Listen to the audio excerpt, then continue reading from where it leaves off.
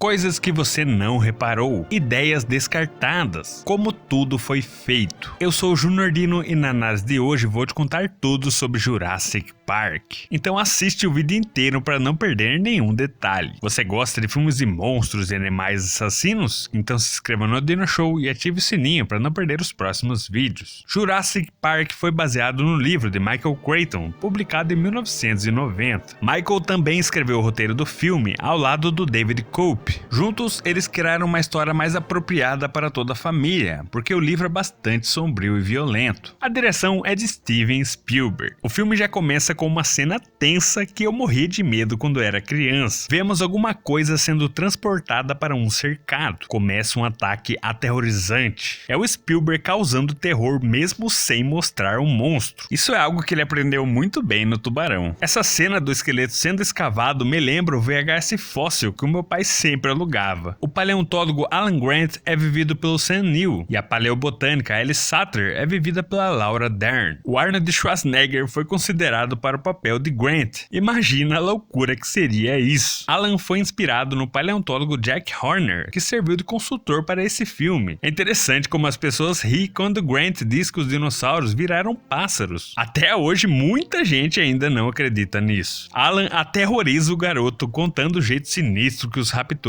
caçavam. Olha a cara do moleque. Existe a teoria de que esse garotinho é o Owen do Jurassic World. Será? John Hammond, vivido pelo grande Richard Attenborough, vai pessoalmente convidar o casal para um passeio de inspeção no seu novo e misterioso parque. John Hammond foi inspirado no Walt Disney. Dennis Nedry, um funcionário do parque, está sendo pago por Lewis Dodson para roubar embriões de dinossauros que serão transportados em uma lata falsa de creme de barbear. No filme isso não fica claro, mas no livro Dodson é o chefe de pesquisa da Biosen, uma empresa concorrente da InGen, a empresa do Hammond. No helicóptero, a caminho da Ilha Nublar, eles se encontram com Gennaro, o advogado vivido por Martin Ferrero, e o excêntrico matemático Ian Malcolm, vivido por Jeff Goldblum. Jim Carrey foi considerado para esse papel. Isso também seria outra loucura, né? A cena da chegada na ilha é fantástica. A maravilhosa trilha sonora foi composta pelo mestre John Williams, que já havia trabalhado com Spielberg em Tubarão. Williams queria que a trilha transmitisse a admiração e o fascínio de estar vendo um dinossauro vivo. E ele conseguiu. Para mim, a trilha desse filme é uma das melhores da história do cinema. Na cena da descida, os atores foram substituídos por manequins, já que a cena era perigosa. Ellie está estudando uma folha que ela pegou no meio do caminho. O curioso é que essa cena está no trailer do filme, mas não no filme. Olha a cara que os dois fazem ao verem o Brachiosauro. Você vê o espanto no olhar deles. A cor, a pele e os movimentos do Brachiosauro foram inspirados em elefantes africanos. Os sons que ele faz são barulhos de burro e baleia. O Brachiosauro foi todo feito em computação gráfica. E isso foi uma das maiores revoluções da história do cinema, porque até então o CGI ainda estava começando a ser usado. Originalmente, Steven queria fazer o filme usando stop motion, a mesma técnica usada em filmes como o primeiro King Kong, que foi a grande inspiração de Spielberg para fazer esse filme. Steven então pediu para o artista Phil Tippett criar algumas cenas testando a técnica. Foi aí então que Dennis Muren disse ao Steven que os dinossauros poderiam ser feitos inteiramente em computação gráfica. Spielberg ficou tão impressionado com os testes que Dennis havia criado que concordou em usar CGI ao invés do stop motion. Phil Tippett então foi contratado como supervisor dos movimentos dos dinossauros. Grant fica tão emocionado que passa mal. Isso foi uma ideia do próprio Sam Neill, que achou que uma pessoa desmaiaria ao ver algo tão incompreensível. E então ele vê outros brachiosauros e os parasaurolófos, que curiosamente só aparecem nessa cena. Olha os olhos marejados do Grant. Essa é a emoção de alguém que está vendo algo que sonhou em ver a vida inteira. Eles assistem um vídeo explicando como a InGen trouxe dinossauros de volta à vida. Spielberg queria uma maneira rápida e econômica para explicar toda a história de uma vez e assim economizar tempo e dinheiro. Então criou a animação do Sr. DNA, que explica que os cientistas conseguiram o DNA dos dinossauros a partir do sangue encontrado em mosquitos preservados em âmbar, mas o DNA está velho e cheio de buracos, então foram preenchidos com DNA de rã. O brontossauro no final do vídeo é uma homenagem ao Gert the Dinosaur, o primeiro curta-metragem a mostrar um dinossauro. A preservação em âmbar foi a solução mais plausível que Michael encontrou para clonar um dinossauro. No filme é uma explicação bem legal. Quando criança eu realmente achava que isso era mesmo possível, mas na realidade é algo improvável, já que o DNA não sobrevive a tantos anos. E para piorar, o inseto mostrado no filme é um mosquito-elefante, uma espécie que não se alimenta de sangue. O geneticista-chefe Henry Wu tem um papel bem pequeno nesse filme, mas é importante nos filmes do Jurassic World. Ele diz que todos os dinossauros do parque são fêmeas e elas nascem em incubadoras. E temos a icônica cena do nascimento do bebê Velociraptor. Originalmente seria um bebê Triceratops representado por um fantoche de dedo, mas acabaram mudando para um bebê Raptor, criado com um animatrônico totalmente mecanizado, movido por 7 pessoas. Os sons da casca são barulhos de cones de sorvete sendo esmagados. Já os sons do bebê são sons de corujas recém-nascidas. Os raptores adultos são alimentados com uma vaca viva. A vaca era real e estava bem calma porque já havia sido treinada várias vezes para essa situação. É novamente o Steven criando terror apenas mostrando o mato se mexendo e o aterrorizante barulho dos raptores. O mais engraçado é que são os sons de um golfinho no cio. O guarda florestal Robert Muldoon conta que inicialmente eram 8 raptores, mas 5 foram mortas pela Big One, ou traduzindo grandona. Eles tiveram que mudar a forma da alimentação porque a grandona fazia as outras pularem nas partes das cercas onde poderiam haver falhas. Eu acho esses pequenos detalhes da história bem assustadores. Eles debatem se é certo ou não recriar animais extintos, e é um diálogo mais fantástico que o outro. O único a favor é o advogado, que é claro só pensa no dinheiro que esses animais podem gerar. Alex e Tim, os netos do Hammond, foram mandados para passarem um tempo com o avô, provavelmente porque os pais estão se divorciando. Olha a cara do Alan, ele odeia crianças. O carro do passeio é um Ford Explorer pintado para parecer um dinossauro. Ele não precisa de um motorista, é guiado por um trilho. Para conseguir esse efeito, os carros eram dirigidos por um motorista no compartimento de carga. O Tim é tão fã do Alan que o garoto até copia o mesmo jeito de se vestir. A sala de controle é comandada pelo Sr. Arnold, vivido pelo Samuel Jackson bem novinho, e pelo Ned, que está assistindo Tubarão ao invés de trabalhar. O Hammond fica o filme inteiro falando que não poupou despesas, mas o filme dá a entender que o Ned trai o Hammond justamente porque ele está sendo mal pago. Isso é muito irônico, né? Esse portão do parque é maravilhoso. No início do passeio, nenhum dinossauro aparece. Já é um sinal de que o homem não pode controlar a natureza. Eles conseguem sair do carro, isso já mostra que o parque está cheio de falhas, e temos a famosa cena do Triceratops doente. Esse foi o primeiro dinossauro que o elenco viu, eles ficaram realmente maravilhados, e isso deixou as atuações mais emocionantes. O Triceratops é um animatrônico em tamanho real, operado por pessoas no subsolo. Foi criado pelo Stan Winston, que foi contratado porque Steven adorou o animatrônico da rainha Alien que Stan construiu para Aliens, o Resgate. Originalmente, a Triceratops tinha uma cor viva e brilhante, mas o Stan achou que seria mais realista se o animal estivesse sujo pela vegetação local. Então sujou todo o animatrônico com a terra do local. Os barulhos que ela faz são os de uma vaca. Ellie acha que o animal está doente porque comeu uma planta venenosa. Ela vai verificar o cocô do Triceratops e vemos um montão de bosta. Esse cocôzão aí foi feito com lama e palha e foi regado com mamão e mel para atrair as moscas. Há uma grande tempestade a caminho. Na vida real, a ilha de Kauai, onde o filme estava sendo filmado, foi atingida pelo furacão Iniki, o furacão mais forte da história do Havaí. Toda a produção e o elenco tiveram que se abrigar no porão do hotel. Essas cenas do mar agitado são cenas reais do furacão. Ned desliga parte do sistema e das cercas para conseguir roubar os embriões e fugir do parque. Como eu tinha ódio desse sem vergonha. E adivinha onde os carros pararam? No cercado do T-Rex. As cenas do copo da água é genial. E foi um efeito muito difícil de conseguir. Eles colocaram uma corda de guitarra embaixo do carro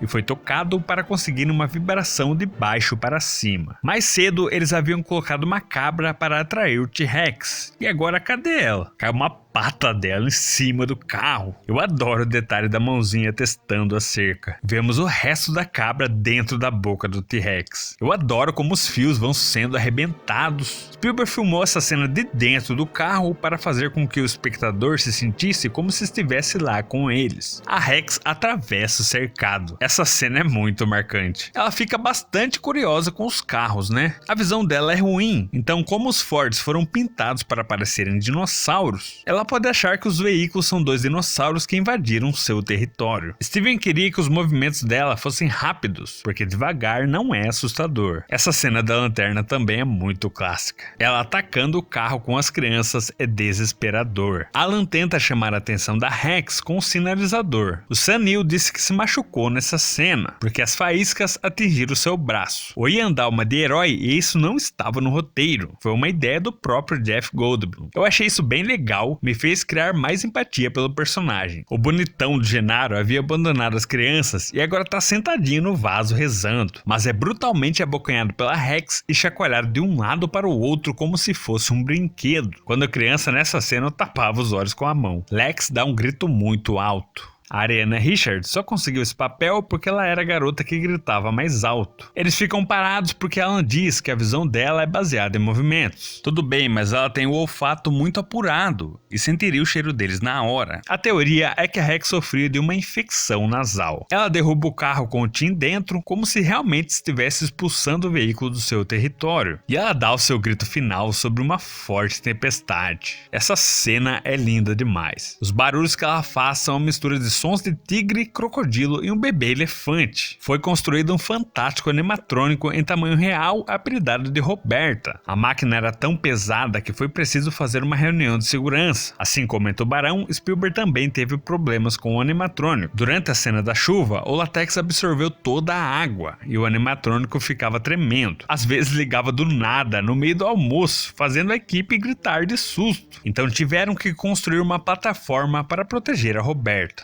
Em uma cena, um dente dela caiu e não parava no lugar. No filme, é possível ver ela banguela. Nedry se perde e bate o Jeep. Quando sai pra fora, dá de cara com o Dilophosauro. Ele parece bonzinho, Nedry até tenta brincar com ele, mas depois fala que vai atropelar o coitadinho. Isso me dava um ódio, mas ele teve o que merecia. O Dilo abre um babado assustador e gospe uma gosma venenosa nele. É muito assustador quando o Dilo aparece dentro do carro. Na vida real, o Dilophosauro era maior, mas seu tamanho foi diminuído para o público não confundi-lo com os raptores. Esse babado foi uma ideia do Spielberg. O Dilophosauro foi totalmente criado com animatrônico. Ele nunca aparece andando porque a produção não conseguiu fazer isso de uma forma convincente. Os jatos de gosma foram atirados por um mecanismo de paintball. Os sons que o Dilophosauro faz são de um cisne, uma cascavel e um falcão. O Barbasol é tomado pela lama. Spielberg fez essa cena apenas para ser o gancho para uma possível sequência, mas a história do segundo filme tomou um rumo totalmente diferente. A cena onde o Alan vai resgatar o Tim em cima da árvore é uma prova de que o Steven consegue dar um show mesmo sem mostrar nenhum dinossauro. Ellie e Muldoon encontram os restos do Gennaro. A Rex deve ter vomitado. Isso indica que ela também está doente. A cena da Rex perseguindo o Jeep foi inspirada no filme Hatari. A cena do retrovisor é muito marcante. Eu acho muito legal como você vê o medo no olhar do Alan e das crianças quando escutam os barulhos da Rex. Também é muito legal que o Alan começa a se enturmar com as crianças. Ele imitando o Brachiosauro é sensacional. A evolução da personalidade dele durante o filme é bem legal. Alan com certeza é o meu personagem favorito de toda a franquia. Na sala de jantar do parque, vemos vários produtos que quando criança eu sonhava em ter. Todos esses produtos foram criados para serem vendidos no lançamento do filme. Bem espertos eles, né? A conversa entre o Hammond e a Ellie rende um ótimo diálogo e atuações incríveis. A fantástica pintura atrás dele foi inspirada no quadro Guernica, de Pablo Picasso. Alan alimentando o Brachiosauro era uma das minhas cenas favoritas. O Brach era um pescoço animatrônico enorme, com 5 pessoas operando. Ele aparece ruminando como uma vaca, para parecer mais amigável. Eu dava muita risada quando ele espirra na Lex. E aqui já temos o nosso terceiro dinossauro doente. Isso é um detalhe bem legal que mostra que esses animais não foram feitos para viverem nos tempos modernos junto com um homem. Na floresta, Alan encontra ovos de dinossauros. Isso era impossível já que todos os dinossauros do parque são fêmeas. Só que tem um detalhe que os cientistas esqueceram. Algumas espécies de rã são capazes de mudarem de sexo. E isso acabou acontecendo com os dinossauros. A cena que o Alan amarra 2 cintos iguais já indicava essa grande revelação. A teoria é que esse local era o antigo cercado dos raptores, e esses seriam ovos de raptor. Desde criança eu nunca entendi essa pose sensual do Malcolm. O Jeff Goldblum disse que o Steven pediu para ele abrir a camisa e esfregar óleo no peito. Hammond tem um grande amor pelos dinossauros, porque ao invés de abandonar os animais para morrerem, prefere rebootar o sistema para retomar o controle do parque. Arnold se encarrega de ligar o restante dos controles manualmente. Alan e as crianças encontram uma manada de galimimos. Steven queria que eles realmente parecessem um bando de pássaros. Se observarmos bem, notamos que os menores estão no meio para serem protegidos de algum predador. Esses galimimos foram todos feitos em computação gráfica. Os barulhos deles são os de uma égua no cio. O bando estava fugindo da Rex, que consegue abocanhar um deles. O som de estrangulamento é o som de um cachorro brincando com um brinquedo de corda. Originalmente, Alan e as crianças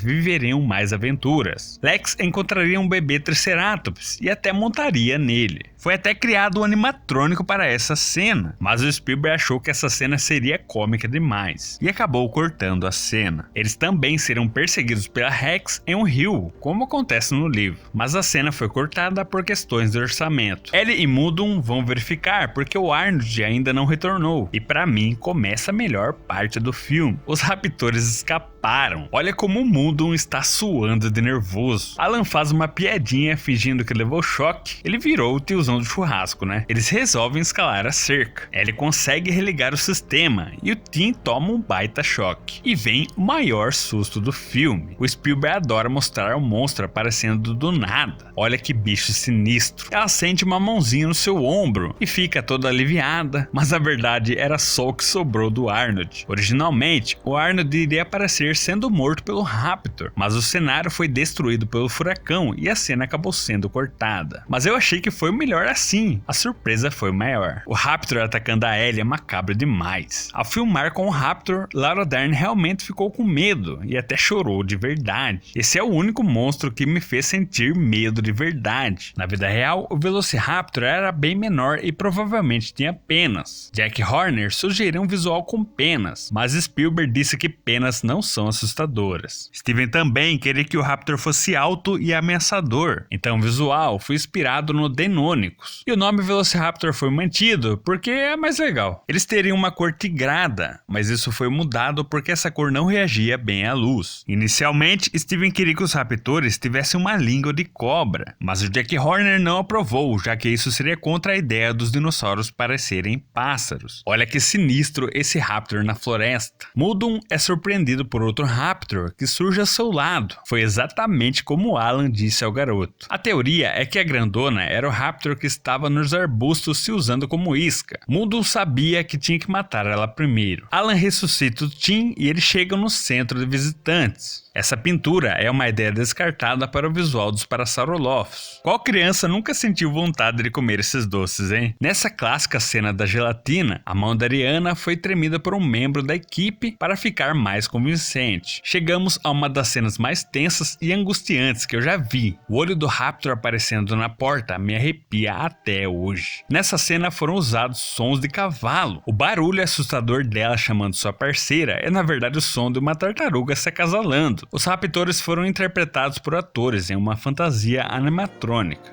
Os dois animatrônicos foram apelidados de Randy e Kim. A cozinha teve que ser enorme para comportar todos os fios dos animatrônicos. O Raptor batendo a garra é um tipo de comunicação parecido com o código Morse. O Tim sai correndo, entra no frigorífico e ele e o Raptor escorregam porque tem gelo no chão. Essa cena foi gravada no dia do aniversário do Joseph Mazzello. Acidentalmente, a garra do Raptor bateu na testa do garoto e ele ficou até tonto. Eu acho que essa daí é a grandona, porque como o mundo disse, no olhar dela você percebe que ela está tramando alguma coisa. Alan e Ellie socorrem as crianças e vão para a sala de controle. O Raptor tenta entrar enquanto Lex reativa a tranca da porta. Ellie não consegue pegar a arma e eu ficava agoniado porque o Tim tá ali sem fazer nada. Pega a arma, moleque! O Alan liga para Hammond e pede para ele pedir um helicóptero. Olha a cara do Hammond quando escuta os tiros. Ele não queria que o Raptor fosse morto. Eles escapam pela parte da ventilação e é muito sinistro. sinistra o Raptor parado, só ouvindo os movimentos deles. O detalhe é que ele está sendo iluminado pela tela do computador, e essas letras são as siglas para os principais componentes do DNA. Eu quase morri do coração quando o Raptor aparece embaixo da Alex. Eles sobem nos esqueletos e um Raptor sobe junto, tudo desmorona, eles caem no chão. Originalmente, Alan mataria um Raptor usando o esqueleto do T-Rex, e o outro Raptor seria morto por Hammond, mas Spielberg achou que o público não perdoaria se ele não mostrasse a Rex mais uma vez. Então eles são encurralados pelos raptores, mas vemos uma sombrinha aqui. O que será que é? É a Rex chegando para salvar o dia. Essa cena dela rugindo com a faixa caindo é simplesmente perfeita. Olha a cara de triste do Hammond ao ter que abandonar o seu maior sonho. É muito triste. E o filme termina com a maravilhosa cena do helicóptero voltando para o continente.